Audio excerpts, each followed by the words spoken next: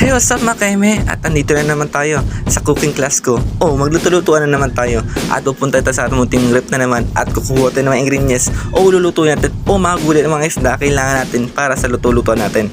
Tara, at subukan na natin hiwain. Here we go na nga mga kaibigan mga kaeme. At uunahin natin syempre yung mga sibuyas, kalamansi at yung isda at yung mga gulay natin syempre uunahin natin pagluluto yan. Kasi yung kailangan importante natin sa mga pagluluto natin yung mga bagay na ka-ready na dapat kailangan para pagka isasama na lang siya sa kasarola natin. At kasi nga pag naka-ready na lahat, wala na ang problema. Ang problema ay mo na yung lasa at papakuluan mo. At hintay mo na lang siya lumambot at namaya titignan natin yung pagluluto.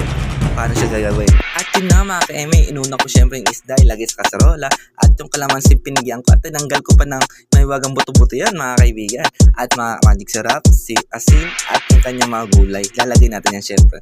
At yung pagluluto kasi guys, simple lang yan pero talent na yan sa iyong sarili. At yun, mabilis lang siya naluto. At yun lang mga ka-eme, at thank you sa lahat ng mga followers and like and share aking Facebook and Reels and mga YouTube ko. Thank you very much at thank you support me. Thank you.